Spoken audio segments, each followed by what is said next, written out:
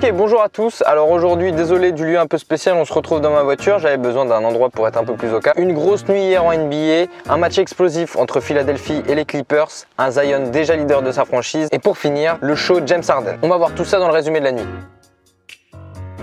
Commençons par le choc opposant, nos amis de Philadelphie face aux Clippers de Los Angeles. Grosse affiche en perspective quand on savait que tous les gros joueurs allaient être présents. Avec la présence dans le 5 majeur de Paul George et de Kawhi Leonard du côté des Clippers, Brett Brown a su modifier son 5 majeur. Privé de Richardson depuis plusieurs matchs, il a logiquement réintégré le 5 majeur. Brett Brown a jugé nécessaire de se munir de shooters dans son starter avec l'arrivée du Turc Korkmaz. Il n'avait pas débuté les autres rencontres. Suite à ses dernières performances, il a explosé 30 points ces deux derniers matchs. Il a donc jugé nécessaire de le mettre titulaire. À côté de Tobias Harris et monsieur Joel Embiid. Donc petite surprise, mais pas de Horford, une raquette composée donc de Embiid et Harris, avec comme maestro à tout cela monsieur Ben Simmons. Notre pari, il était assez safe sur ce match. Embiid mettra plus de 20 points. Le Camerounais, il n'a eu besoin que de 3 quarts temps pour nous faire valider ce pari. Avant cela, les Sixers, ils ont déroulé une grosse maîtrise sur le match, presque jamais mené au scoring, avec une grosse défense dans tous les secteurs. Alors Horford très présent en défense, qui a fait beaucoup de mal aux Clippers. Comme vous le constatez, j'encense depuis le début Philadelphie, car c'est eux qui l'ont remporté cette nuit. On a pu voir une équipe de Philadelphie presque imprenable à la maison, seulement 2 défaites depuis le début de la saison. C'est logique qu'il s'impose face à cette équipe des Clippers. Comme à son habitude, un très gros Leonard hier, 30 points marqués, accompagné par un Lou Williams qui a essayé de faire ce qu'il a pu malgré la grosse défense infligée par les Sixers. Un Paul George, j'ai trouvé assez timide dans l'ensemble, avec de très mauvais pourcentages, seulement 11 points. On attendait plus du podium du MVP de l'année dernière. Pour ma part, j'étais assez déçu, c'est un peu un flop pour ce match. Je vais évoquer mon joueur de la rencontre et également un autre fait marquant qu'il y a eu pendant le match. Ce soir, le MVP de la rencontre pour moi, omniprésent sur toutes les offensives des Sixers, il a su à lui seul infliger de gros dégâts aux hommes de Doc Rivers.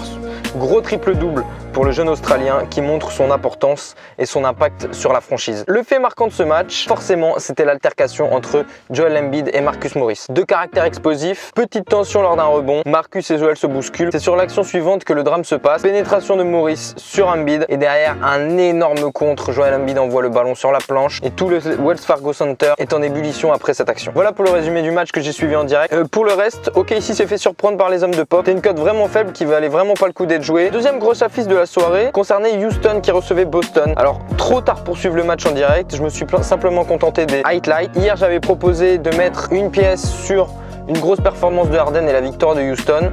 Ce fut le cas, le barbu a inscrit 42 points sur la bouche des Boston avec un Bruce Brook également énorme en 36-10 qui a fait du très sale dans la raquette avec seulement 2 shoots à 3 points pour l'ancien meneur de OKC. Les joueurs de Boston n'ont pas su trouver les clés pour vaincre le méga small ball de Mike D'Antoni. Belle série de 7 victoires malgré tout des joueurs de Brad Stevens. Pour finir ce résumé de la nuit, nous allons parler de la victoire de Rennes qui s'est imposée 3-0 hier face à la petite Nationale 2 de Belfort. Sans surprise, les hommes de Delarue fait le job. Cela nous fait donc passer une petite cote sympathique à 2,10 hier. À présent, nous allons voir les cotes et les matchs du jour.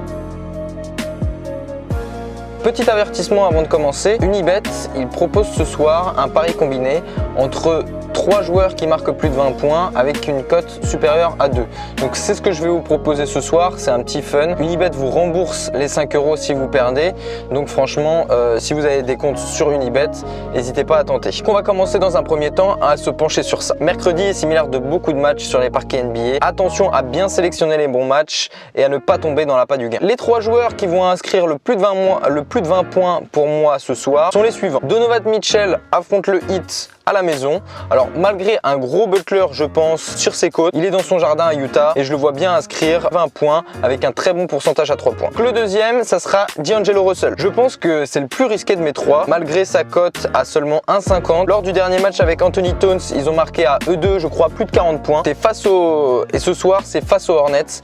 Pareil, à la maison. Donc je pense que D'Lo va dérouler face aux Hornets. C'est le moment idéal pour lui, je pense, de séduire les fans de Minnesota. Et le dernier n'est autre que Nikola Vucevic des Orlando Magic, qui affrontent Détroit ce soir. Alors Drummond est parti, ça laisse le champ libre au All-Star pour inscrire ses 20 petits points. En ce moment, Détroit sont vraiment en difficulté. Donc c'est assez risqué, mais pour un pari remboursé, ça vaut vraiment le coup. Peu de chances que ça passe, forcément, mais avec un Mitchell coté à 1,40, un D'Lo coté à 1,50 et un Vucevic coté à 1,70 tout de même, les 3 combinés nous font une très belle cote à 3,57. Alors bon, à voir ce que ça donne. Donc pour mon combiné un peu plus safe, ce soir j'ai décidé de mettre une victoire de Paris en coupe, coté à 1,30, que je trouvais plutôt bien coté. Dernier test pour les tests de Tourelle avant le gros choc face à Dortmund. Je vois donc Paris s'imposer sans bavure face aux Dijonais. Je vais combiner cette cote avec une victoire, attention, d'Orlando, encore une fois.